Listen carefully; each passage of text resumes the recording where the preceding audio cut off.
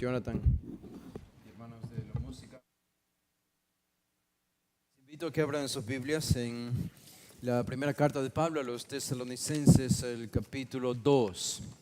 El capítulo 2. Y mientras llegan al capítulo 2 de Primera Tesalonicenses, déjenme hacerles una pregunta simple. Pienso que la mayoría de ustedes conocen la respuesta, pero si yo les preguntara, ¿cuáles son las huellas de un pastor aprobado?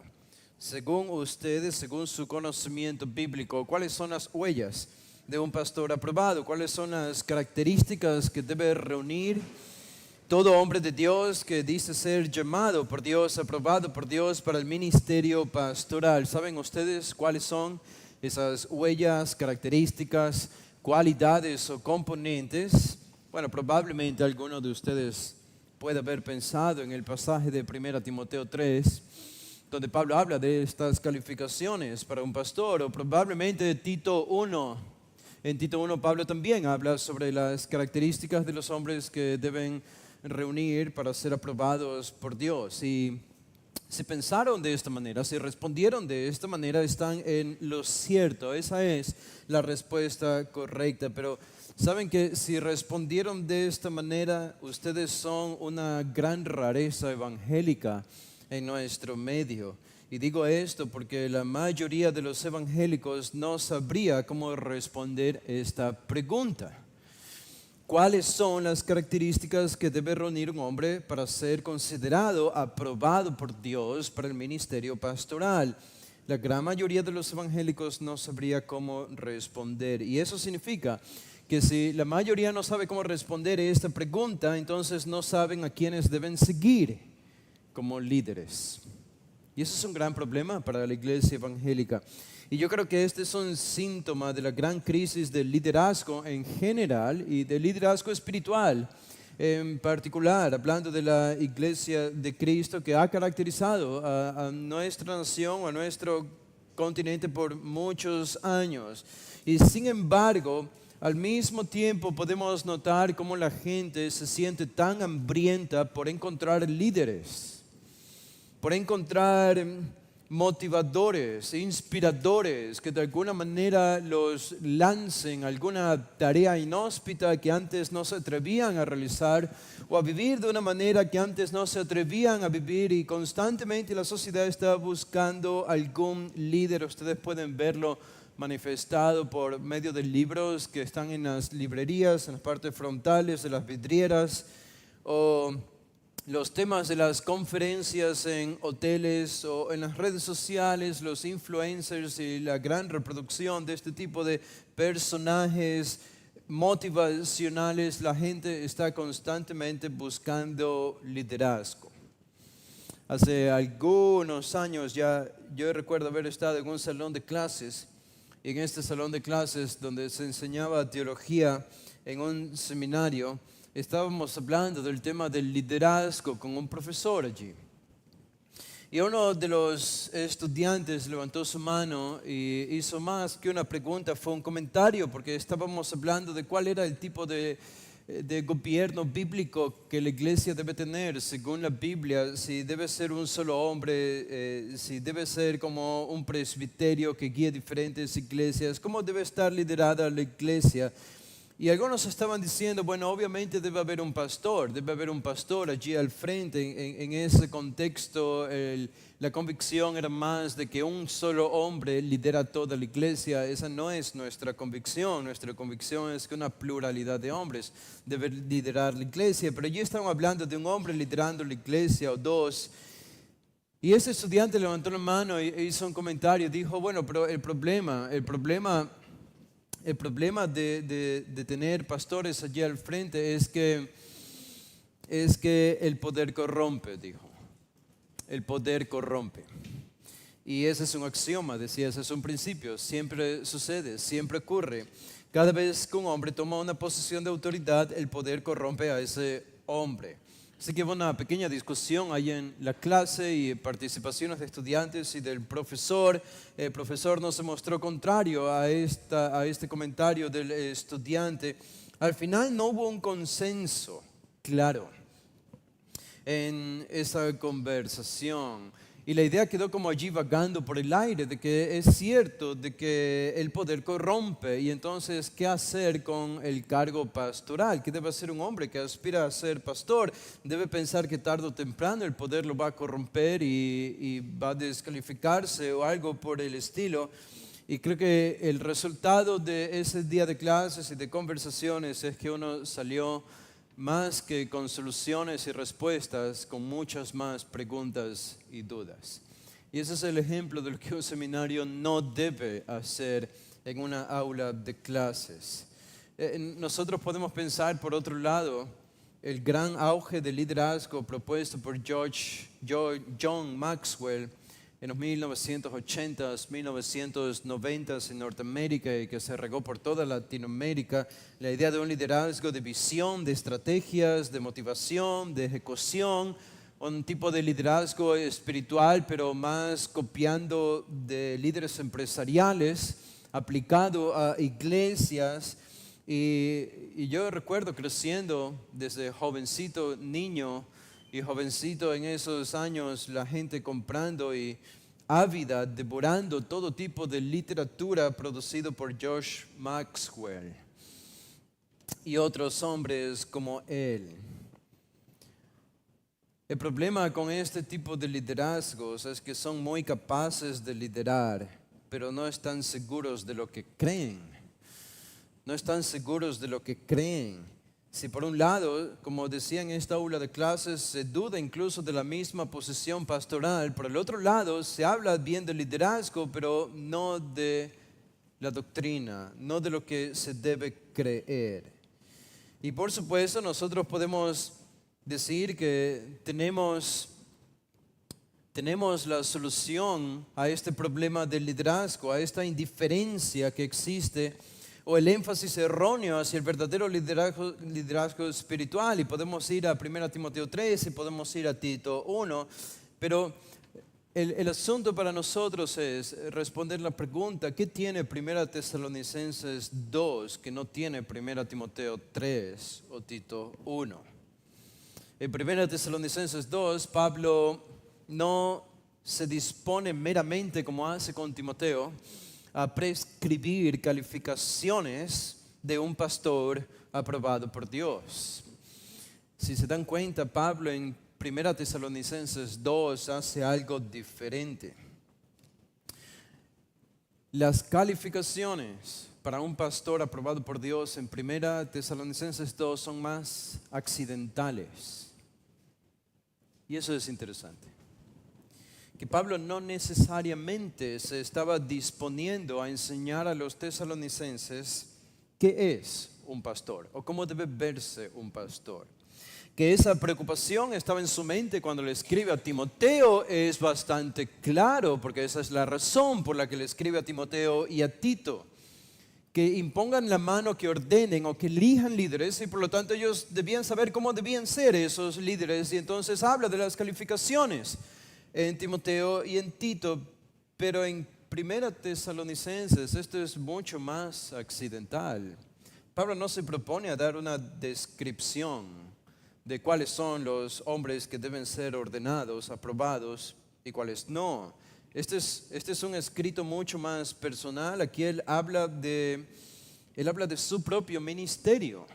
Pablo habla aquí en primera persona. Pablo habla más que su comportamiento, aunque habla de su comportamiento, aquí vamos a ver eso en el capítulo 2, pero más que esto habla de sus motivaciones. Más que de la conducta, aunque encontramos la conducta de Pablo en el capítulo 2, su comportamiento sí, pero es el énfasis de sus intenciones, sus motivaciones. ¿Cuáles eran sus pesares, sus vicisitudes, sus anhelos internos? Lo que controlaba el corazón y la conciencia de Pablo mientras él estuvo ministrando a los hermanos de Tesalónica. Y mientras Pablo describe cuáles eran sus motivaciones, intenciones, anhelos, incluso comportamiento, mientras estuvo entre ellos ministrando y predicando el Evangelio, resulta que accidentalmente, entre comillas, él nos deja un gran pasaje acerca de cuáles son las calificaciones que todo pastor debe reunir si se considera que es aprobado por Dios. En otras palabras, Pablo habla de las huellas que dejó mientras estuvo en esa ciudad de Tesalónica. Y a mí particularmente me gusta la palabra huellas, es el título de este sermón, las huellas de un pastor aprobado de toda la serie. En realidad será, porque huellas comunica eso, huellas comunica algo, es algo pasado, son huellas que tú dejas mientras caminas y otros las pueden ver. ¿Cuáles son esas huellas? Y creo que esto encaja perfectamente en lo que Pablo está haciendo aquí, porque en el capítulo 2 él está hablando de su ministerio pasado cuando estuvo en Tesalónica.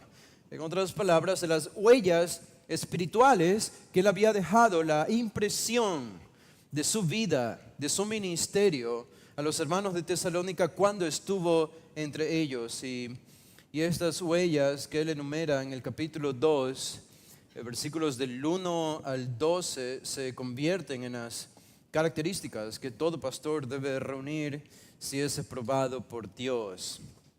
Y aquí encontramos todo lo que un pastor debe anhelar en el ministerio de la iglesia. Aquí encontramos todo lo que una iglesia debe buscar en un hombre al que va a llamar pastor. Este es un pasaje que no nos permite confundirnos. Este es un termómetro para medir a tales hombres que dicen ser llamados al ministerio pastoral. Deben seguir este filtro. Este pasaje es un filtro para nuestras motivaciones. Es un filtro que sirve de guía para nuestras prioridades y es una advertencia para nuestras tentaciones. Es un gran pasaje.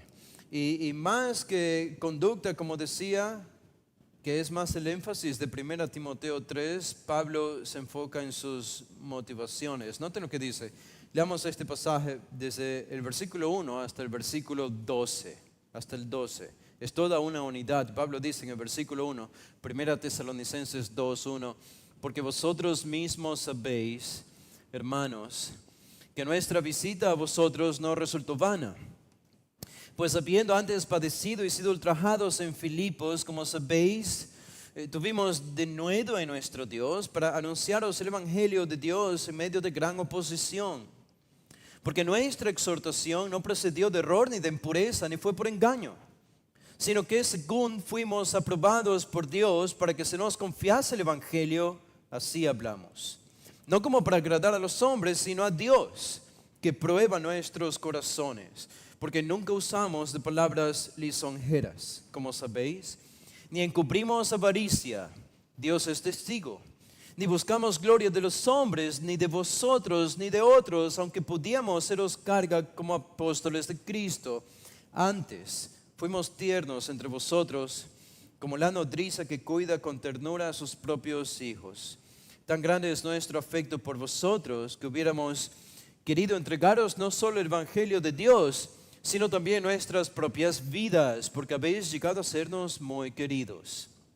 Porque os acordáis, hermanos, de nuestro trabajo y fatiga, y cómo trabajando de noche y de día para no ser gravosos a ninguno de vosotros, os predicamos el Evangelio de Dios.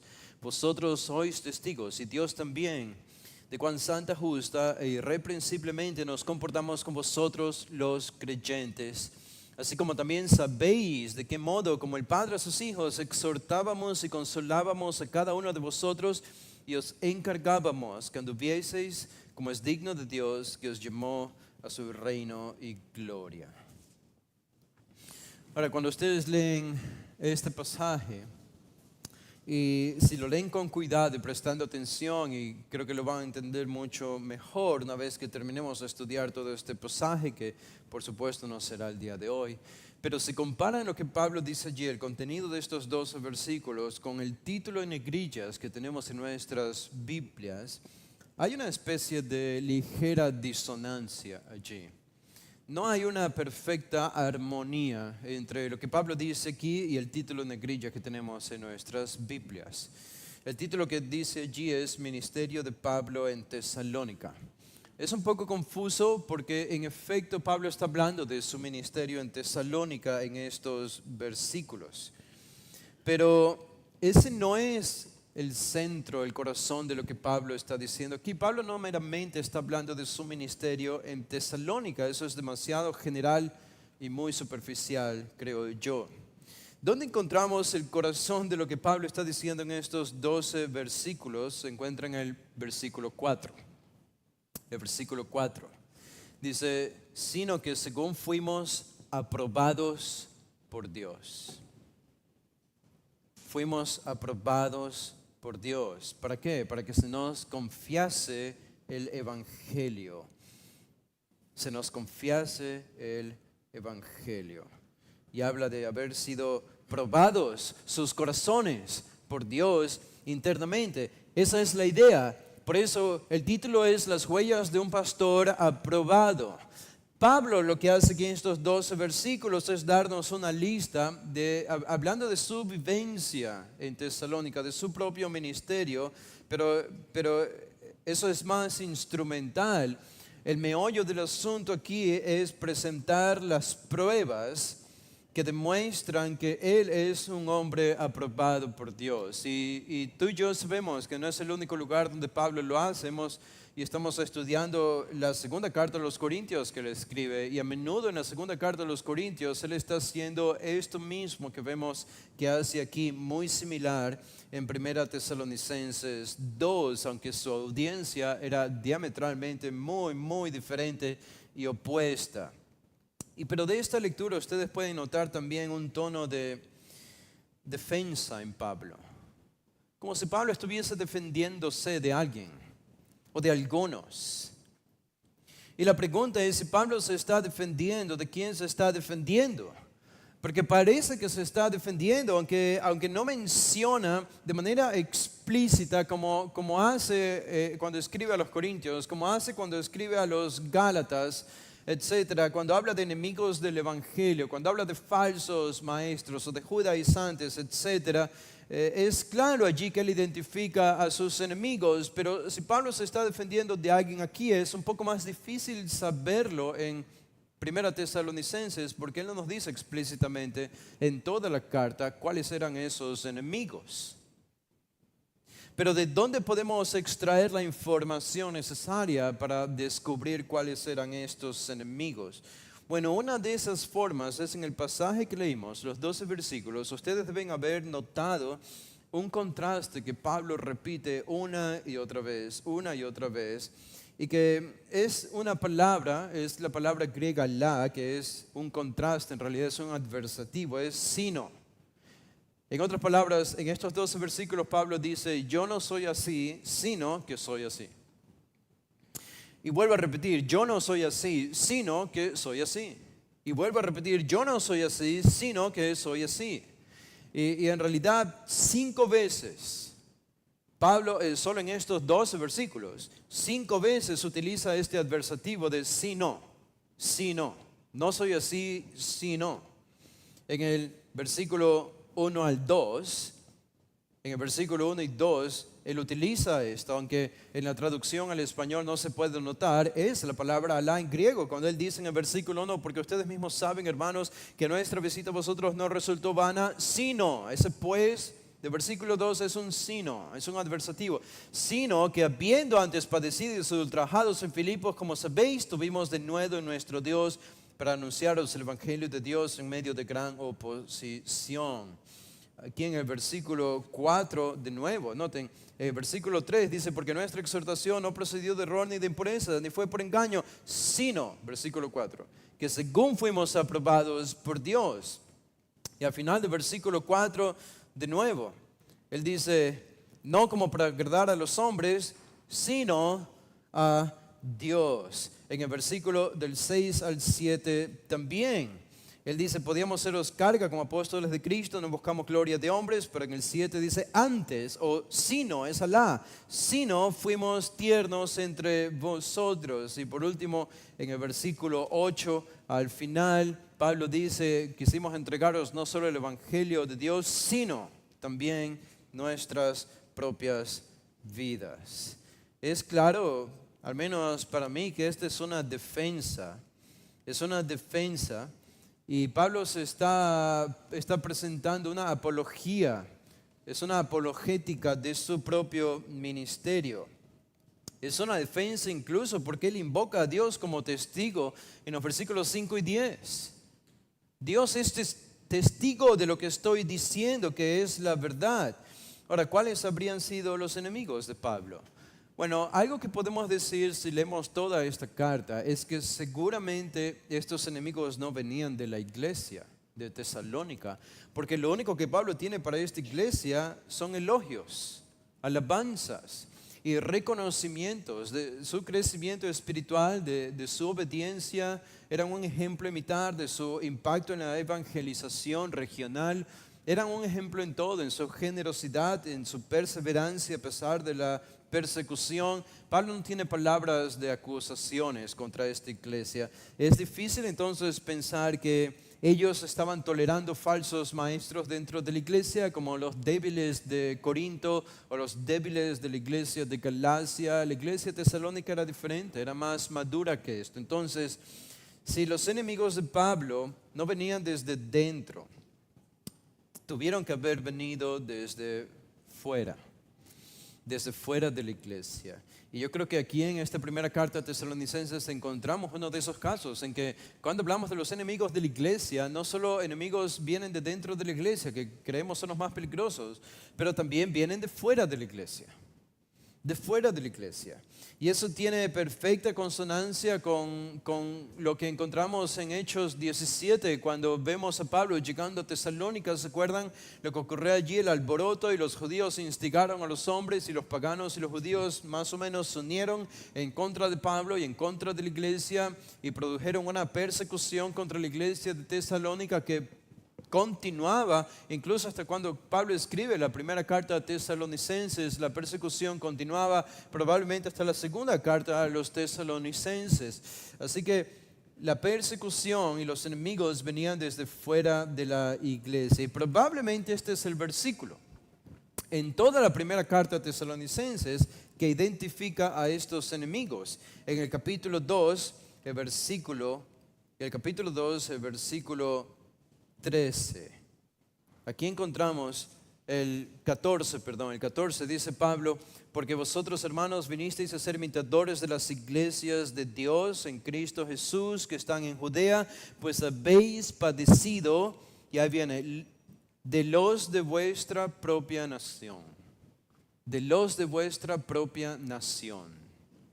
¿Quiénes son estos? Estos son los paganos que vivían en Tesalónica, que estaban persiguiendo a los tesalonicenses y estaban produciendo todo tipo de problemas en la iglesia y vicisitudes.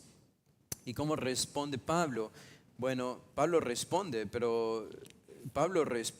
sin nosotros saber las acusaciones. Así que la única forma en la que tú y yo podemos saber las acusaciones que Pablo estaba recibiendo de estos hombres de fuera de la iglesia es por medio de su respuesta. Y esa respuesta de Pablo la tenemos en los versículos que leímos, del 1 al 12. Estaban acusándolo de ser un hombre que había llegado a Tesalónica para engañar, para apropiarse del dinero de los tesalonicenses, para recibir la alabanza de los hombres y la gloria de los hombres, que era un hombre avaro que usaba de lisonjas. Lo vemos en el versículo 5. Que no era un verdadero líder espiritual porque los abandonó en medio de la persecución.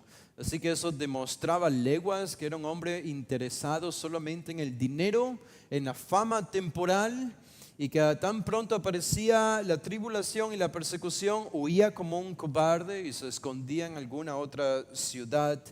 Todo esto estaban diciendo en contra de Pablo en Tesalónica, no la iglesia, pero los paganos. Y claro, Pablo entonces se ve en la necesidad de defender su ministerio. Algunos dicen que Pablo odiaba defender su ministerio. No sé si odiaba defender su ministerio, pero al menos Pablo tiene la necesidad de hacerlo. Y no creo que haya pedido perdón después de hacerlo, porque él veía que esta era una gran necesidad. Ahora, la manera en la que Pablo responde es, si lo puedo resumir, en 4 palabras. En 4 palabras. Pablo responde de esta manera, y esto resume los versículos del 1 al 12, ¿ok? Esto resume los 12 versículos y con esto podríamos orar e irnos a casa y salir más temprano. Ustedes me agradecerían un domingo al fin que no se pase de la hora de predicación. Pero así podríamos resumirlo. Pablo responde a todas estas acusaciones diciendo que los hechos hablen. Que los hechos hablen. ¿Cómo sabemos esto? Porque repetidamente Pablo a los tesalonicenses usa esta misma palabra. Se repite tantas veces en toda esta carta. ¿Cómo sabéis? Como ustedes ya saben. Como ya saben. Noten el versículo 1. Porque vosotros mismos sabéis. En el versículo 2. ¿Cómo sabéis? En el versículo 5. ¿Cómo sabéis? En el versículo 11, así como también sabéis.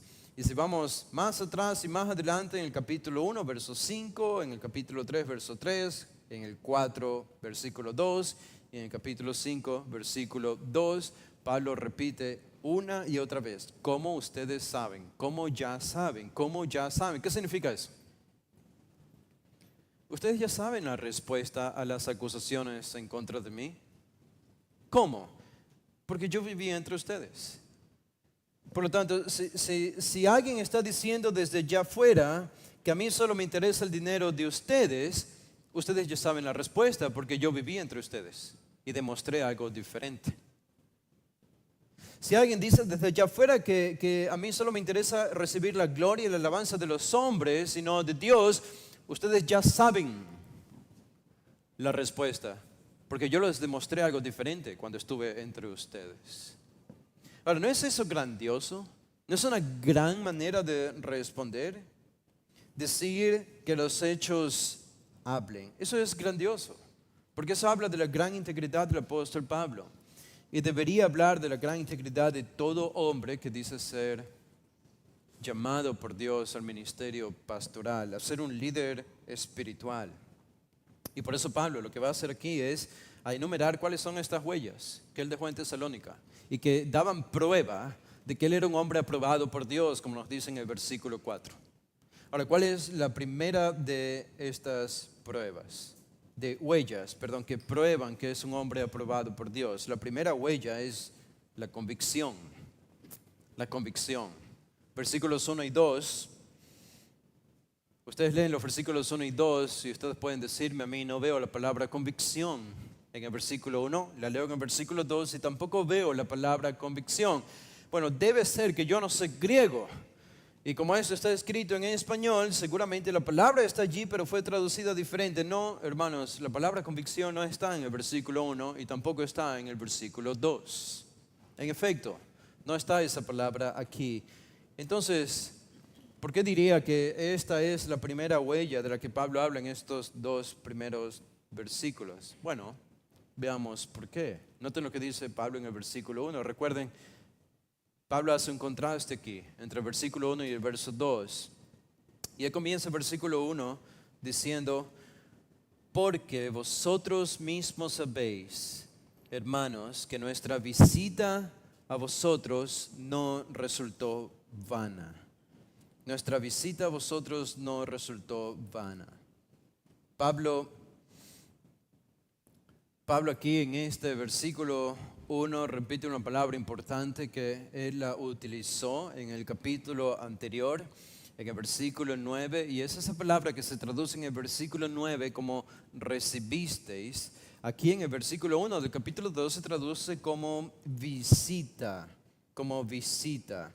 ¿Qué significa esta palabra? Recuerdan, esa palabra en realidad es entrada, porque ustedes mismos saben, hermanos, que nuestra entrada a vosotros no resultó vana. Es la palabra eisodos. Eisodos, literalmente entrada a algún lugar o algún edificio o a una casa. Pero Pablo dice aquí de manera interesante, él no está usando esta palabra para entrar a hablar de una entrada a algún lugar geográfico, o tangible. Él está usando esta palabra, dice, para una entrada a ustedes.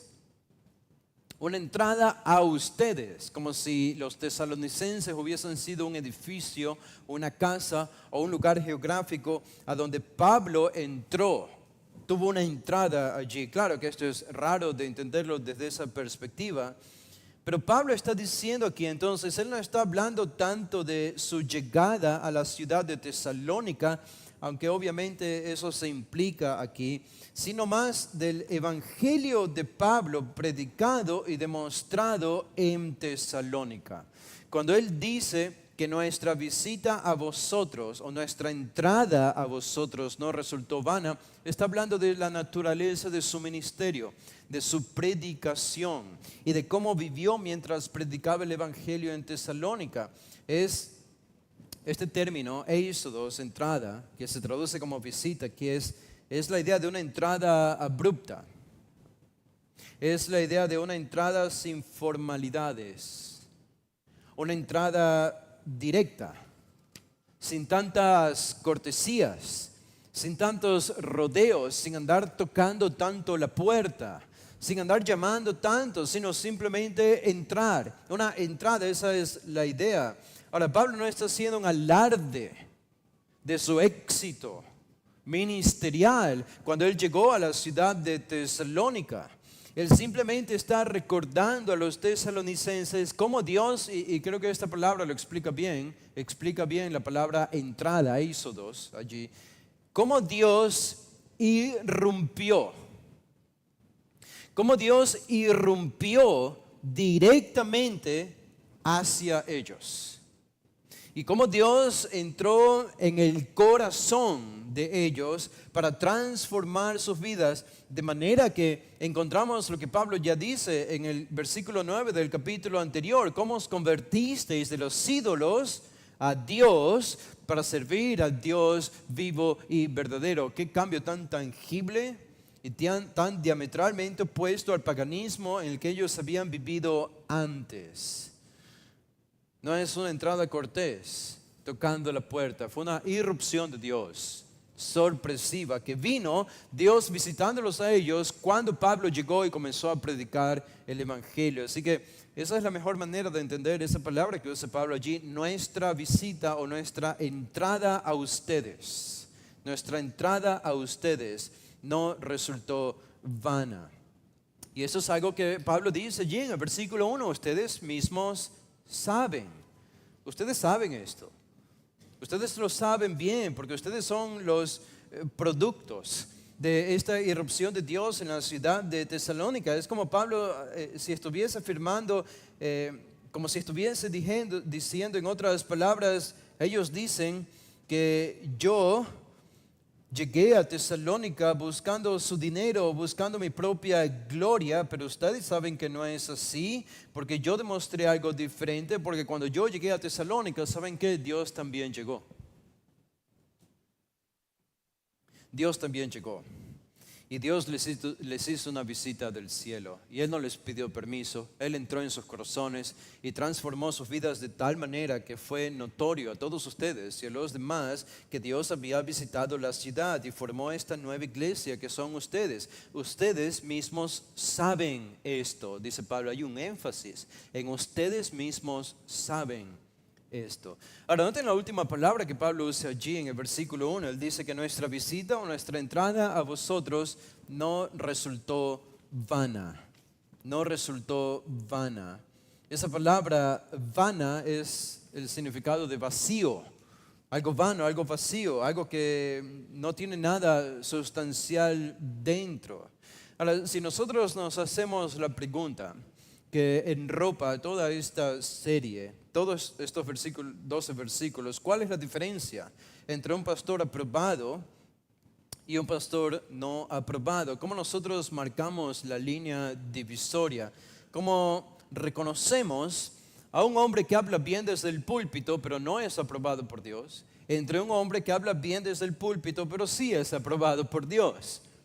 Hay una gran diferencia entre ambos dos, no superficialmente, pero sí internamente, desde la perspectiva del llamado de Dios. ¿Cómo reconocemos esa diferencia? No es el amén de la gente cuando uno predica, no es qué excelente sermón después de que uno termina de predicar un sermón, no es por medio de el poder de la asociación. Algunos piensan que es por medio de la asociación. ¿Qué significa eso? ¿Qué quiero decir con eso? Bueno, si este hombre que dice que es pastor se asocia con otros pastores que son aprobados por Dios, entonces él también debe ser aprobado por Dios. No necesariamente. No necesariamente. Estas no son las pruebas. Y no es lo que Pablo dice aquí. Nunca lo menciona, nunca lo enfatiza. No tiene nada que ver con esto. Será por la sana doctrina, dice Pablo. ¿Será la sana doctrina? Bueno, los demonios tienen sana doctrina. ¿Sabían ustedes que los demonios tienen mejor doctrina que los pentecostales? Esa no es la prueba de que un hombre ha sido aprobado por Dios. Ahora, Pablo nos dice aquí, ¿cómo nosotros descubrimos esta diferencia? ¿Cómo lo notamos? ¿Cómo discernimos? Bueno, noten lo que dice Pablo. Él dice que nuestra entrada a ustedes no resultó vana. No fue vana, no estuvo vacía. Ahora, si Pablo le tenía algún temor al ministerio, era trabajar en el ministerio en vano. Ese era el gran temor de Pablo. Y sabemos eso porque lo repite. Aquí en el capítulo 13, versículo 5, cuando él escribe a los Gálatas, cuando él escribe a los Corintios, él a menudo advierte de que no quiere trabajar en vano. Y él no quiere que la iglesia tampoco trabaje en vano. Ese era el gran temor del apóstol Pablo. En Gálatas 2:2 él dice, pero subí con una revelación y para no correr o haber corrido en vano.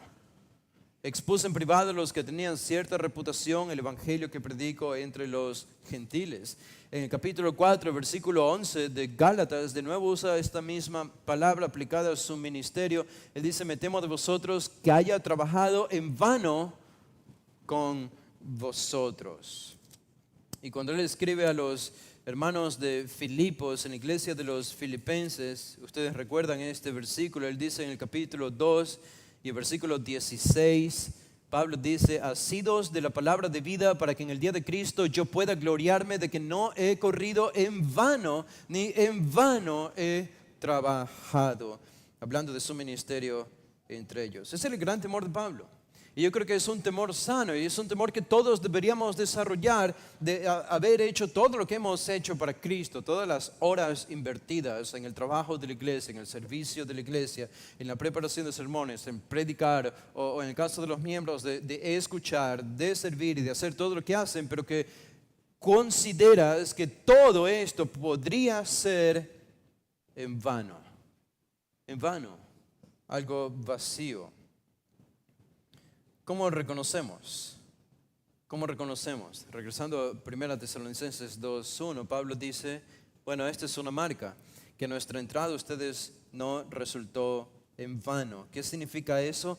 Noten, tú y yo pensaríamos naturalmente que Pablo está hablando allí del efecto de su ministerio. Es decir, ¿qué significa que su entrada a los tesalonicenses no fue en vano?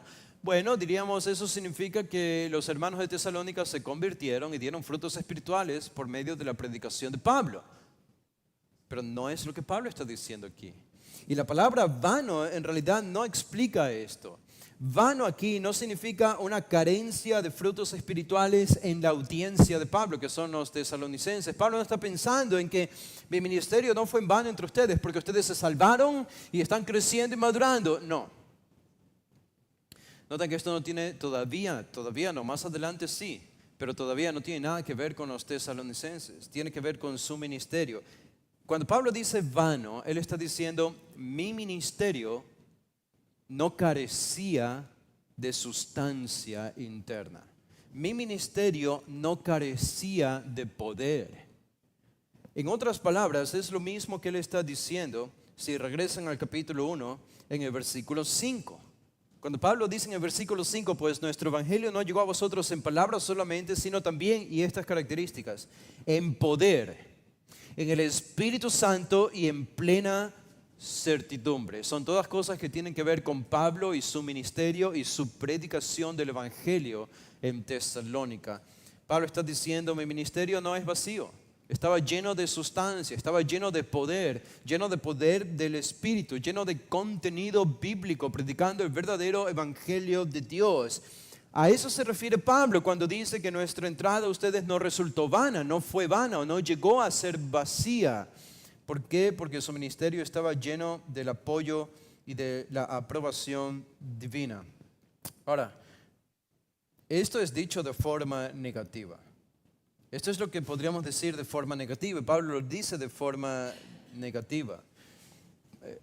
Hace algunos días aprendí una distinción interesante que le mencionaba a los hermanos de la escuela dominical.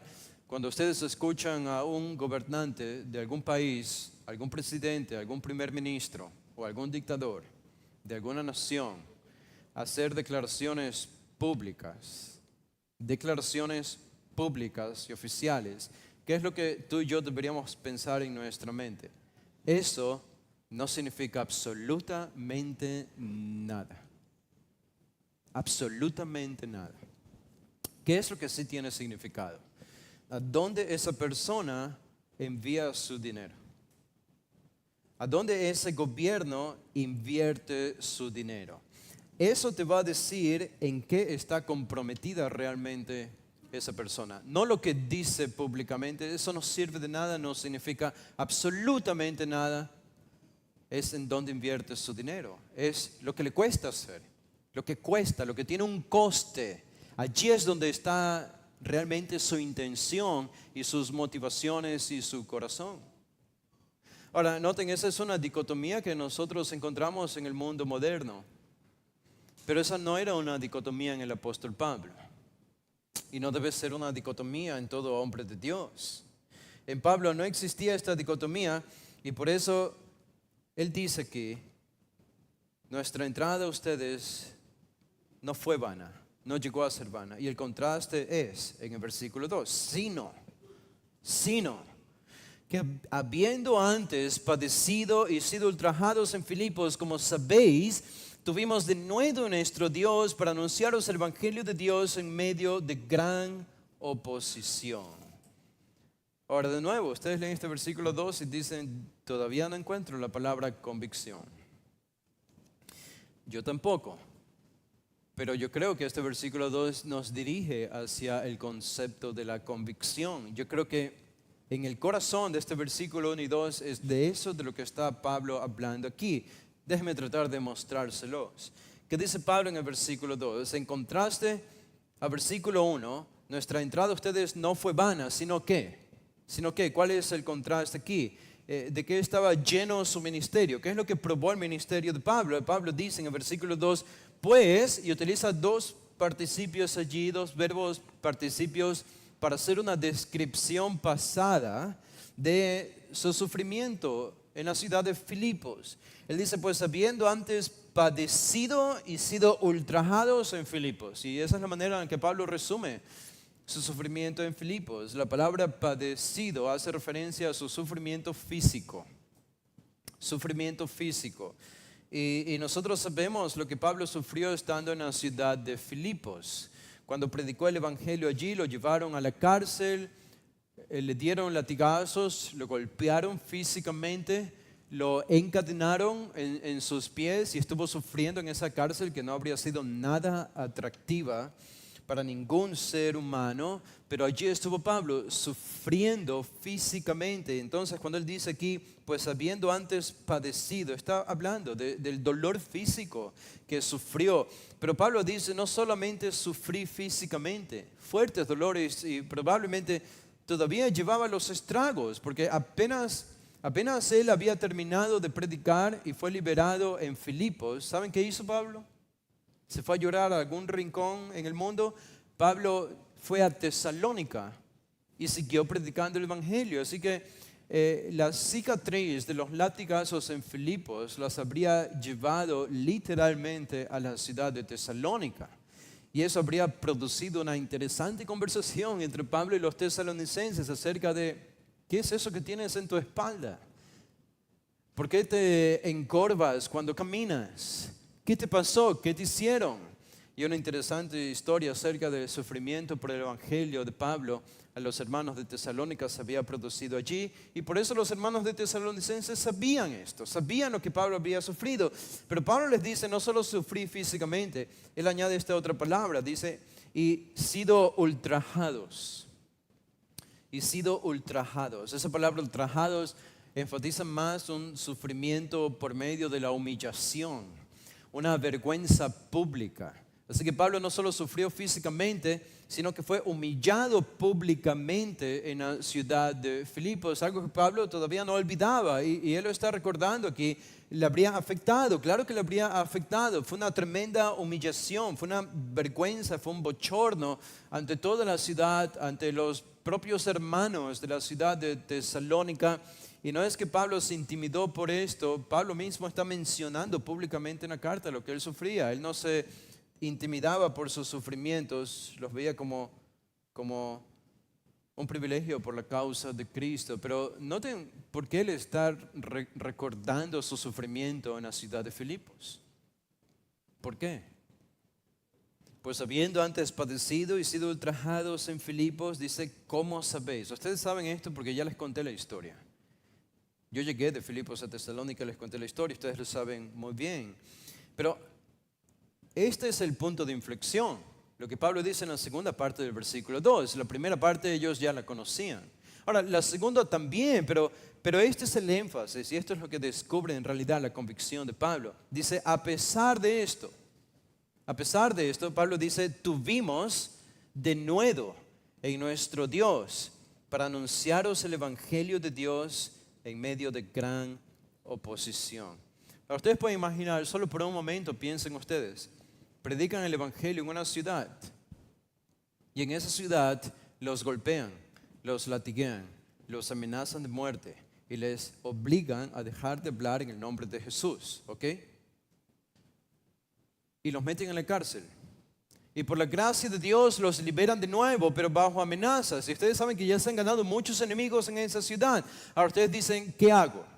Hay una ciudad muy cerca de esta ciudad donde hay gente que no conoce a Cristo.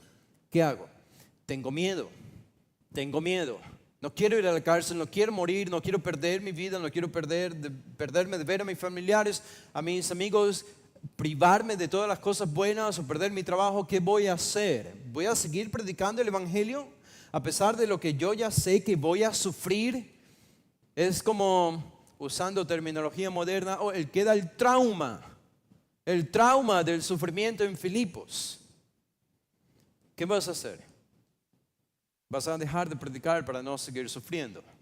¿O vas a seguir predicando sabiendo que puedes sufrir incluso más? Y Pablo dice aquí en el versículo 2, bueno, a pesar de ese, entre comillas, trauma de Filipos, yo seguí predicando el Evangelio en Tesalónica, inmediatamente después de haber salido de Filipos. Y por eso Pablo usa la palabra denuedo, que se traduce como denuedo aquí, que también puede traducirse como valor. Y esa es en realidad nuestra palabra convicción. Que Pablo estuvo dispuesto y tuvo el valor de predicar y de proclamar el Evangelio a pesar de que él sabía que podía morir o sufrir la cárcel o sufrir más golpes. Pablo no está hablando o describiendo mecánicamente su sufrimiento en Filipos. Algunos autores han descrito que Pablo le afectaba mucho el sufrimiento físico. Le afectaba, no que él temía, pero le afectaba, le dejaba secuelas en su cuerpo. Y para él no era poca cosa y para ninguno de nosotros los guía, pero a pesar de esto él dice, tuvimos en plural, yo y mis compañeros, en nuestro Dios para anunciaros el Evangelio, y termina diciendo de Dios en medio de gran oposición. De nuevo, una palabra fuerte, oposición, es la idea de una lucha en algún cuartel o de una lucha en una carrera, una lucha de gladiadores. Era una lucha en carne propia, esa es la palabra oposición, es más una referencia a una persecución externa que puede terminar en cárcel o incluso la muerte. Y Pablo no solo dice oposición, sino gran oposición. Así que cuando él sale de Filipos con este, entre comillas digo yo, trauma, que Pablo no usa esta palabra.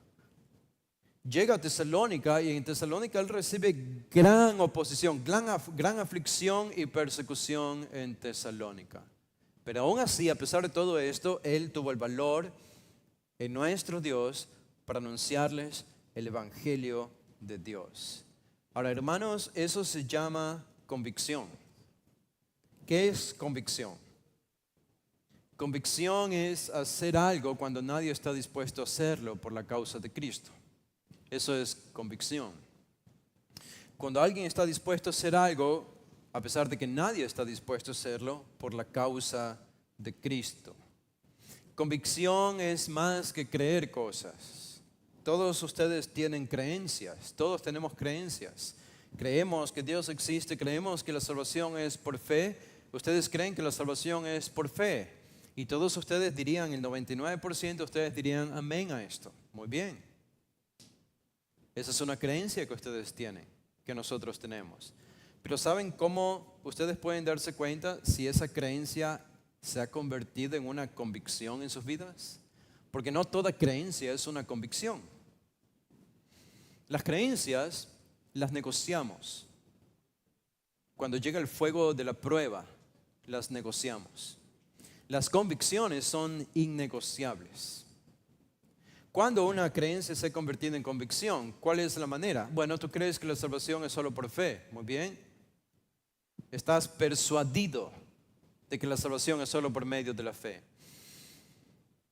¿Qué tal si en esta iglesia entran hombres armados, te apuntan a la cabeza y te dicen, si tú sigues creyendo que la salvación es solo por la fe, vamos a dispararte? ¿Qué vas a responder? Tu respuesta va a probar si eso que acabas de decir, que la salvación es por fe, era solo una creencia tuya o se ha convertido realmente en una convicción. Si estás dispuesto a dar tu vida por esa creencia, entonces es una convicción. Si no estás dispuesto a dar tu vida por esa creencia, no es todavía una convicción en tu vida. Es simplemente una creencia.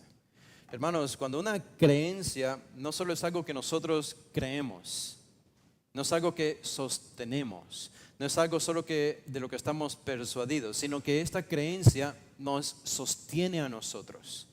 En ese momento, cuando se ha arraigado en nuestra alma y en nuestro corazón, nosotros ese es el momento cuando hay cambios genuinos en la vida. Cuando una creencia se convierte en convicción. Mientras no es así, puede ser nuestra creencia genuina, pero no necesariamente una convicción. Pablo está diciendo aquí, mi convicción es predicar el Evangelio de Dios. ¿Y cómo lo demostró? Porque a pesar de la persecución que sufrió en Filipos y en Tesalónica, siguió predicando el Evangelio en Tesalónica. Y eso es una convicción. Si ustedes piensan en cuál es la primera huella de la que Pablo menciona aquí, que todo hombre que dice ser llamado por Dios a ser pastor debe reunir, la primera que él menciona es la convicción. Deben ser hombres de convicción. Saben, los hombres de convicción son una rareza en este mundo. Esa es la gran diferencia entre los hombres que viven siendo buenos y los que viven con convicción. Los que viven siendo buena gente, nunca se escriben biografías de ellos, ni sus libros los vas a encontrar en librerías. A los que más se admiran, a los que encontramos sus libros y sus biografías, son los hombres que han vivido con convicción. Y podemos mencionar muchos ejemplos en la historia de la iglesia e incluso en la Biblia de hombres que vivieron con convicción. Basta leer la lista que menciona el autor de los Hebreos en el capítulo 11, la lista de estos grandes hombres de fe que vivieron por la fe. Estos eran hombres de convicción. ¿Cómo sabemos esto? Porque sufrieron y pagaron el costo por lo que decían creer, lo demostraron. Un pastor tiene que ser un hombre de convicción.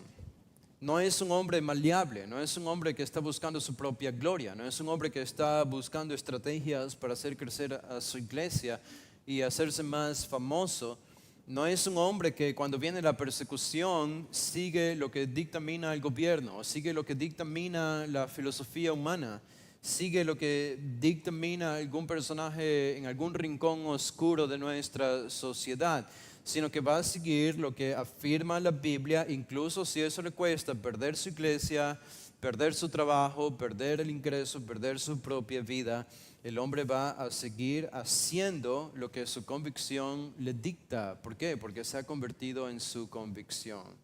Y no es esta en realidad una cualidad que no solo los pastores, hombres de Dios deben tener, sino todos los creyentes. Todos los creyentes. El Señor no nos ha llamado a ser expertos en la transformación organizacional ni administrativa, aunque todo esto es útil y bueno, a los cambios en sí mismos, sino a ser hombres y mujeres de convicción. Eso es lo más destacable. Fue lo más destacable en el apóstol Pablo, por eso fue tan respetado. Incluso respetado por gobernantes paganos. Eso lo vemos en el libro de los Hechos. Y saben, solo para terminar, un hombre de convicción no es un hombre tosco. Ser un hombre de convicción firme no significa ser vulgar.